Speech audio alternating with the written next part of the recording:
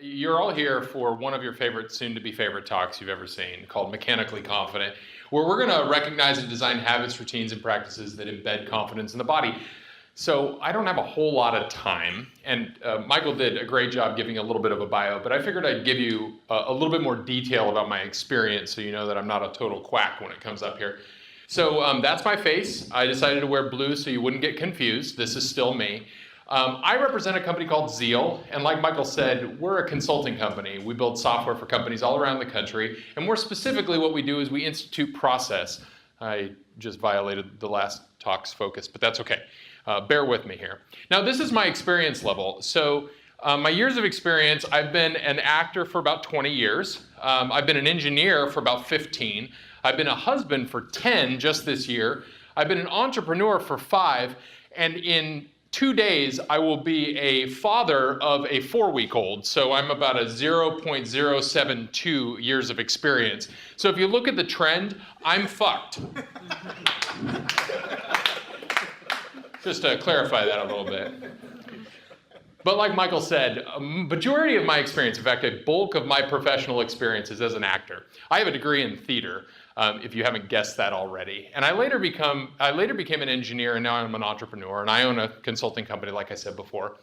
But here's what was interesting, is over the last 20 plus years being an actor, I get 2 questions more often than any others. And the first is, how do you remember all those lines? And the second is, and you might be thinking it now, do you ever get stage fright?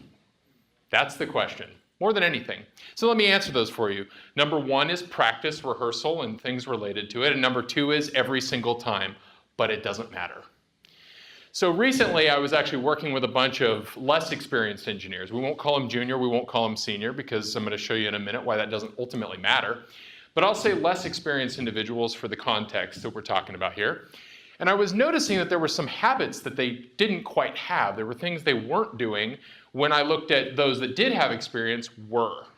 And what was interesting to me was, as an actor, we rehearse time and time and time again, hours and hours and days, over and over and over again, to get to one common outcome, so that when the curtain goes up, at least figuratively speaking, we're ready.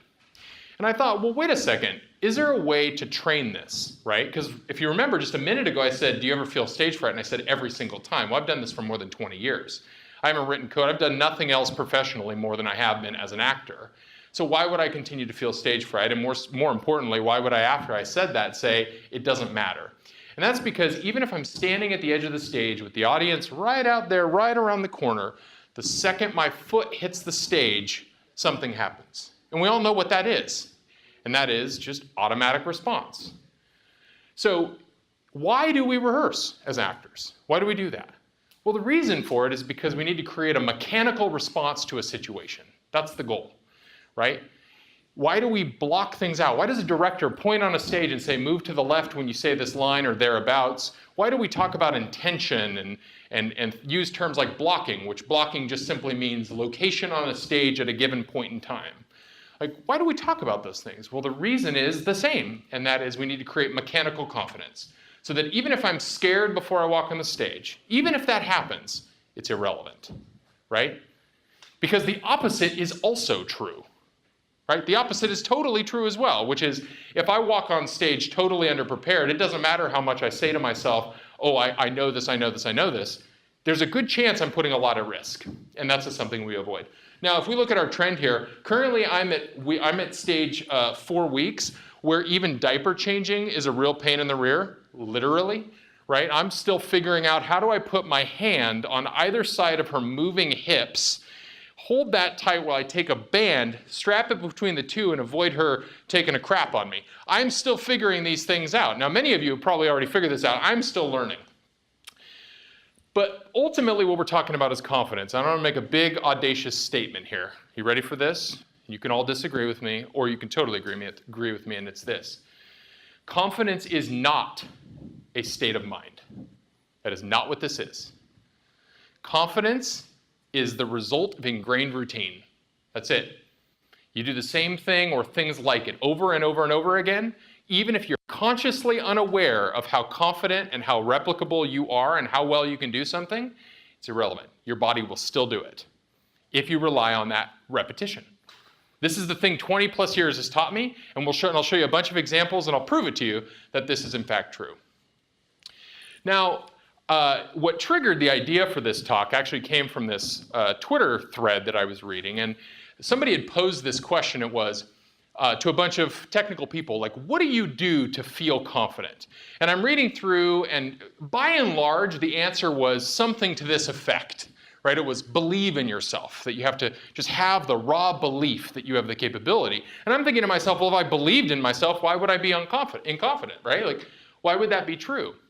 So it really got me thinking. It was like, does belief actually is it really the causal effect, right? Because this is generally the way we think about confidence, is that belief and time are what create confidence, right?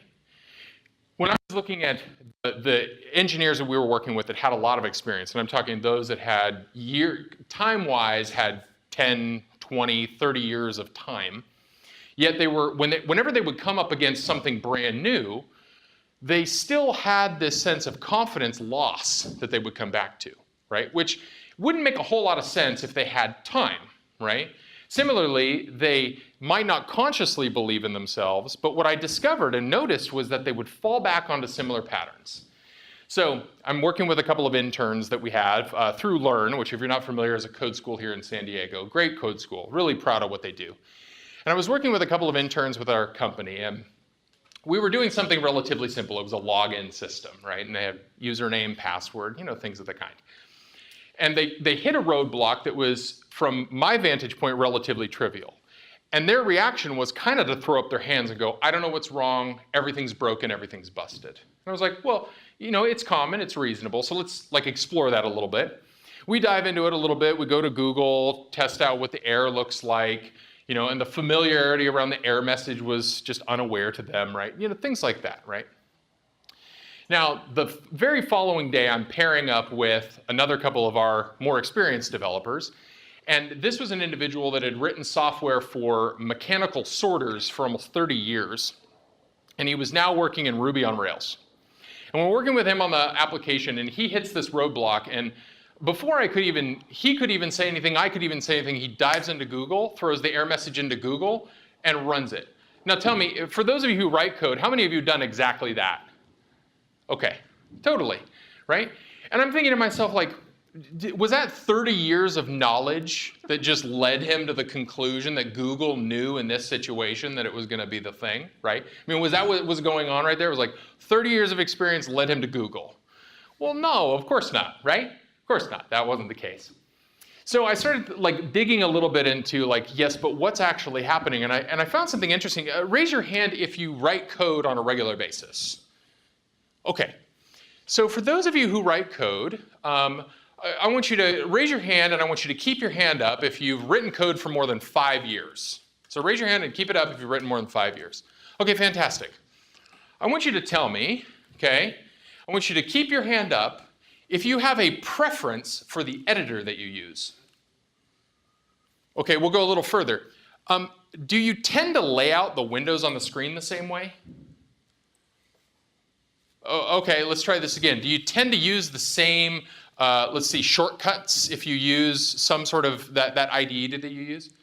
Yeah, I was discovering this left, right, and center that, you can put your hand down now, that the more experienced someone was, they would develop these patterns and habits that were seemingly unrelated to the end result. And I thought that was kind of curious, because the inverse of that, which was the interns that I was working with, is windows were everywhere and there was almost no consistency with it. They were small, sometimes they would use them as tabs, sometimes they would use them as separate windows, they would lose them left, right, and center. And so I ran this experiment, and the experiment was simple, and it was, here's what I want you to do, is for the next 2 weeks, I want you to put the terminal on the left side, I want you to put your editor on the right side, don't install any plugins whatsoever, none at all, and then in the secondary display, I want you to put the browser. I mean, there's not a whole lot of rhyme. I mean, I got a little rhyme and reason, but that's actually irrelevant. I was like, just for 2 weeks, do it the exact same way. That's all I want you to do is that. So after about 2 weeks, here's what I found what was interesting is, remember that error example that I gave you just a little bit ago? It was kind of like throw my hands up, I have no idea what I'm doing. Oddly, what started to happen was that they started to do exactly what the more experienced developers were doing. They started to learn to copy and paste this into Google. They stopped throwing their hands up in the air. Now, we can look at this and say, okay, well, yeah, totally. They had 2 weeks. They had just more experience. Sure, I totally understand that. But it really was fascinating to me because what also started to happen was they started to use common language that they were using, that they had not been using before, right? And as a result of that, my hypothesis, which was, does this create a degree of confidence? Even when they don't know the answer to the question of what's the problem and how do I fix it, what they are embedding is they're embedding process that's taking that cognitive load off the table. And it's giving the ability and it's loosening up the opportunity for them to try out other things without getting lost in the minutia. So again, this idea that confidence is belief in time is really more that confidence is consistent routine. That's what this is about. Now, what you do in the routine matters, yes. But what matters substantially more is that you do something, right? Now, at our company, sometimes we do TDD, sometimes we don't, sometimes we do, one of our developers called it BBD, before design-driven design development. It was something crazy, right? And I was like, okay, well, does it matter that they do test-driven development where they're doing the test first? Is that the part that matters? I'm not quite sure. But what actually mattered was that they were doing the same thing, whatever it was. That was the part that really created the consistency there. Did it matter that they were doing it my way? No. Did it matter that they were doing it the same way that another pair was doing it? No, it didn't. What mattered was that they were doing something consistently. That was the part that mattered. So really what confidence is driven around is habit. Now, I've got a friend of mine that's in acting, and she memorizes a script from back to front. Literally, she starts at the end of the script and works her way forward. Well, I couldn't imagine doing that. And I asked her one day, I said, why do you do that? And she goes, well, when I was in high school and I was learning how to perform a show, my friend, who was also in the show, showed me this way of doing that was reverse to front, and now I just started doing it, and I've been doing it ever since. And I said, well, have you ever tried memorizing the other way? And she goes, yeah, but it just doesn't work. I'm like, well, of course it works. That's the thing. It's not that it doesn't work. Of course it works. But for her, it's the habit that creates the confidence that reminds her that she can do it. That's what embeds that into the body. So it really is about habit. So I want to first tell you a story here for a second about a man named Eugene Poly. So in 1960, Eugene Poly was a gentleman who was about 59 and a half years old. And Eugene had traveled abroad and he had contracted this bacteria that ate away a portion of his brain that controlled short-term memory, right? So after about a month or so, I think is the timeline, he had no ability to retain any new thought or idea after about 90 seconds. Gone, right? But everything prior to that he had. So he was 59 and a half years old, so he remembered everything up to 59 and a half, but if he was 70 years old, he wouldn't remember the last 10 and a half years. Well, this posed a little bit of a problem because Eugene was very accustomed to his routines, and one of his routines was he would get up in the morning after his alarm would go off, he'd walk into the kitchen, he'd make himself some bacon and eggs, he would eat that, and then he'd go back and take a nap. Set the alarm again for about 15 minutes. Alarm would go off. He'd get up, make himself bacon and eggs, go back to bed, set the alarm for 15 minutes. He'd do this 2, 3, 4, 5 times. Right? And then eventually the sun was out, so the sun was so bright that he thought that he overslept and his alarm didn't work. So this becomes a real problem, literally for his health. And so they tried to figure out, the neuroscientists and the psychologists that were trying to work the problem were trying to figure out, well, we've got a real issue here because he truly could like lose years off of his life. So we got to figure out a way to do this. And so he's kind of employed his wife and his partner to kind of help this problem out. And so what they would do is they would get up and she would basically be his short-term memory. Now, here's part of the problem is he had no memory that he had a short-term memory problem, right? Imagine the confusion. Well, one of the first instances where this became a real interesting problem was that his daughter would come over on the weekends, and as he started to age, his daughter would come over and say hi to her dad, of course, and bring his grandchild. And then eventually she'd be around for an hour or two and go home. Well, he'd get furious. He's like, she just got here. Like, where did she go? Like, she just got here and now she's leaving. Now, that's not the part that's curious, because we could kind of assume that, right? Is that, of course, he didn't remember that she had been there for 2 hours. What was curious was, over the weeks, he was getting more and more angry. How would he get more and more angry? He didn't remember 91 seconds ago, figuratively speaking, right? So how the heck would this be a problem? That was the first indication there was something unique about this situation. Now, the next thing that happened is, as he started to age, into his 60s, there was a health issue as far as like, well, he's got to stay physically fit. I mean, I'm looking around the room, and some of us are feeling this problem a little bit of this age thing. And so, again, as his partner would operate as his short-term memory. And so they got in this routine of multiple times during the week, they would get up and they would go on this 45-minute or so walk around the neighborhood. Now, they did this for a decent amount of time, and then eventually what happened was she got sick. Not terminal sick, but just sick, flu sick. She woke up to realize he was gone. Now, this clearly would freak her out, right? I mean, he went somewhere and has no memory, so he has no idea where she is, right? But surprise, surprise, 45 or so minutes later, he shows up at the door, having walked the route that he could never have told you about, could never have indicated to you happened, but somehow remembered it. And this is when they discovered something very, very important. And that was this. That habit, I'll start here.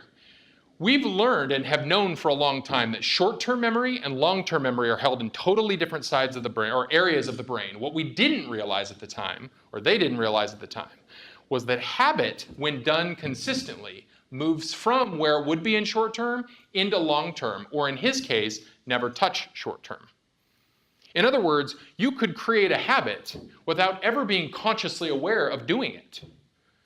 Let's run an experiment here for a second and find this out. When I was 17, I know I was a late driver. Oh, let's find out first. Raise your hand if you've driven more than 5 years of your life. 5 consistent years. Okay, so a majority of us, right? You go to New York and no one raises their hand, right? So when I was 17 years old, I learned to drive for the first time, okay? And, you know, like most of us, well, my parents decided my parents decided to put me in a manual, a stick shift. I had learned on an automatic and they threw me in a manual.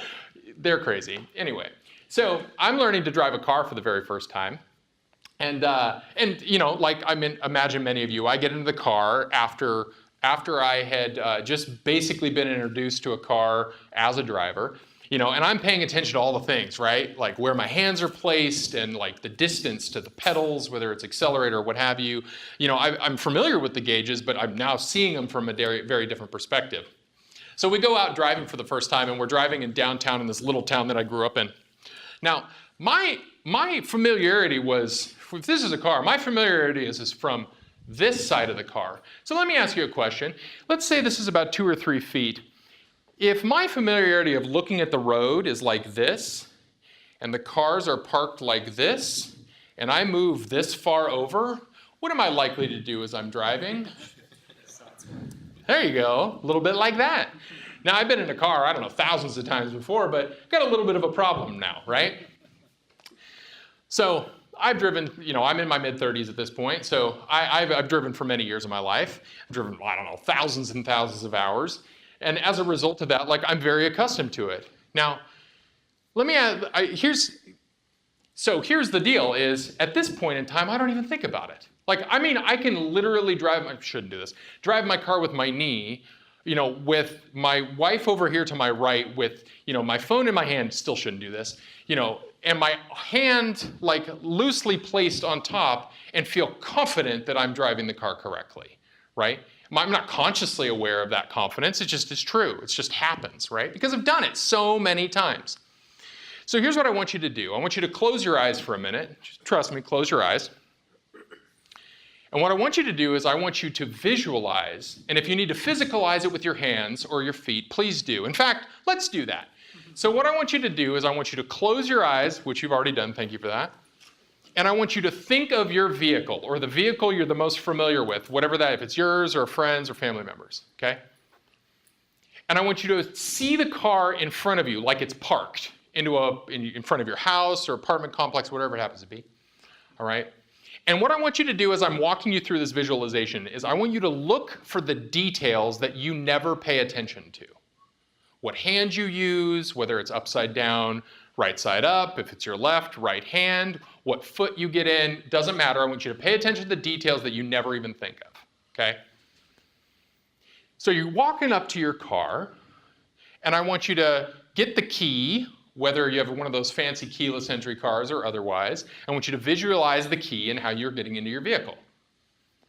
Now you walk up, you unlock the door to your car, whether it just does it magically or otherwise, and I want you to think about how are you doing that. Think of the details. Now you put your hand forward to grab the handle to open the door. Is it your left or right hand? Is it facing down or up? Now you open the door, and the first thing you do is what? Think about it. Do you scan above the top of the car? Do you look inside the car, down at the pedals? Do you look for an object specifically? It doesn't matter. Do you not look at anything at all and you just dive on in? If you have young children, do you look for a Power Ranger that you're about to sit on, or a French fry?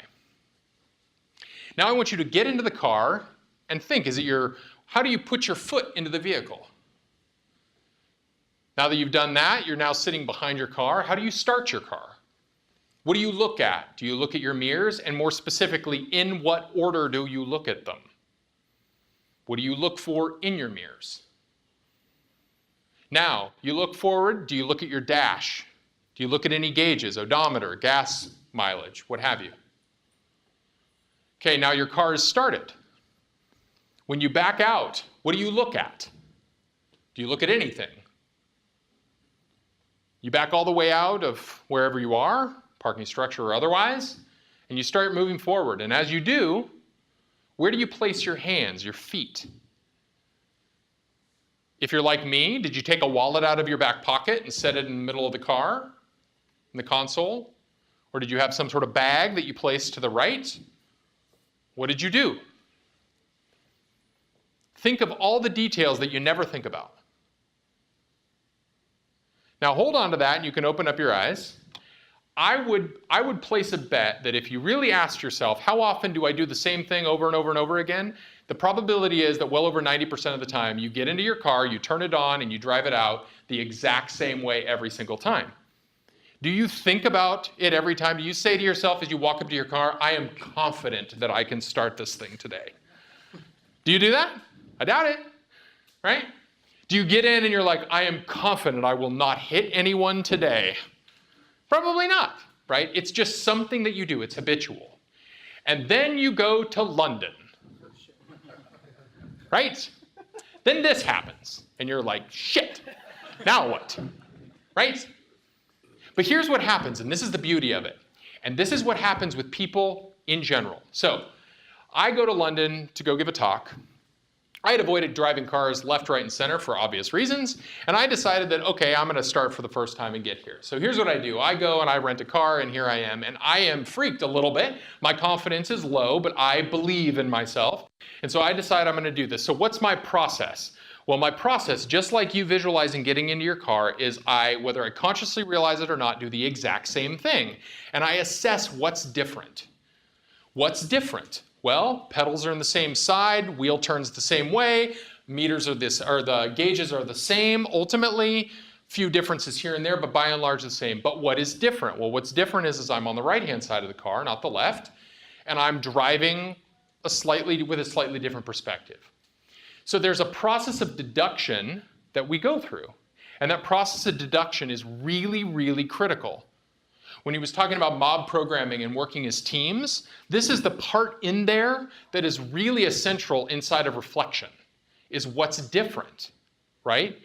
Because if I'm focusing on all the things that are the same, which is valuable, then I might miss out on the slight differences that need to improve or change.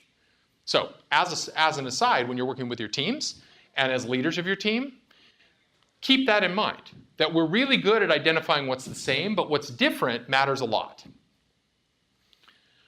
So again, confidence is habitual. This is something that's mechanical, right? So then the question is like, well, okay, is it that everything is that way, right? Oh, whoops, one too many. And the answer is no, right?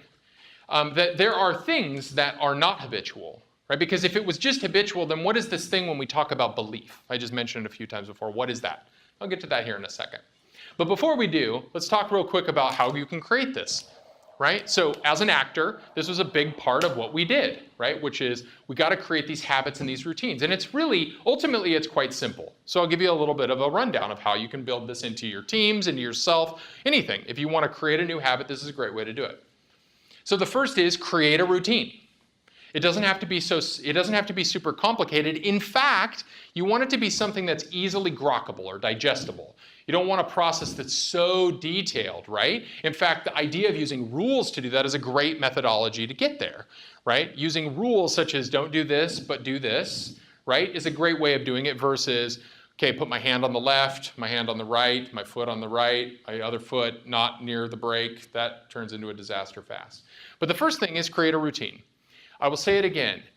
When you're creating a new habit, it is actually more important that you use a routine than what the routine has a result in, right? I'm not saying it's not important, but when we focus, and this is, I think Eric was talking about this as far as Agile, and going too far to the wrong side, which is when we go too far to the wrong side and we're so dogmatic as far as our process is concerned, then we can't remember it, and we can't therefore implement it, right? So instead, it's like, well, what are the basic rules? What are the basic principles that we can follow to get there, right? So anyway, create the routine. Step 2 is find a trigger and a reward. The trigger part is the one that's the most common. The reward is the one that's missed the most often, right? We are people that love to be incentivized positively. It's actually embedded into our existence that when we know something is a success, we want to repeat it.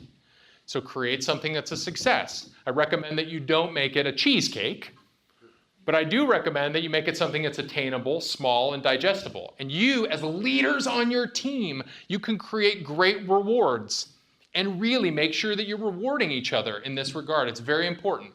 Now, going back to the first one, which is the trigger, is indicate a trigger that triggers this event. So in the case of our interns, it was, I want you to create a trigger that is when you see an error message, before you try and process the error message, I want you to instinctually throw it into Google. You can always change it later, right? You can process that mentally later, but I want you to just get into the habit.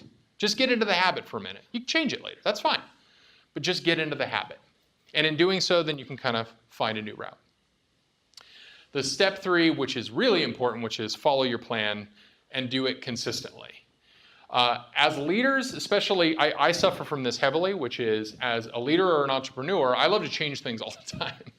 And man, does that screw up a team really, really fast. So here's a simple set of rules that you can follow, which is every major change that you make or major routine that you institute, give it at least a month.